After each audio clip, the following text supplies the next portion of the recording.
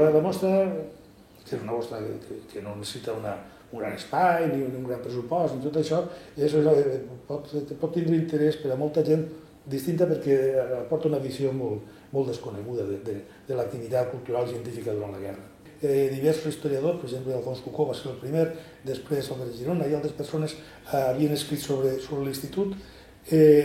basant-se sobretot en documentació en la que se coneixia, que en part era fragmentària, i es tractava d'avaluar què havia estat l'institut i sobretot de treure a la llum de documentació nova, i això sí que es va aconseguir. No vol dir que no es puga descobrir encara materials encara més que enriquisquen detalls que encara ignorem sobre com funcionava l'institut, sobre l'activitat d'alguns membres. Tot això encara hi ha material per a trobar, per a descobrir. S'havia escrit sobre l'Institut d'Estudis Valencians, s'havien escrit diverses persones, en obres de conjunt sobre la història de la guerra al País Valencià o bé en monografies sobre el mateix institut, però era la primera vegada que es feia un esforç per reconstruir el que havia estat i jo dic, realment hi hagués sorpreses, vull dir que teníem potser tots una idea un poc més esquemàtica o més pobra del que era l'institut i gràcies a l'exposició poguem aclarir moltes més coses. L'Institut d'Estudis Valencians és una realitat històrica que, com dic, va durar molt poc, que tenia una vida molt breu, però que representava sobretot una iniciativa molt poderosa. Era una idea molt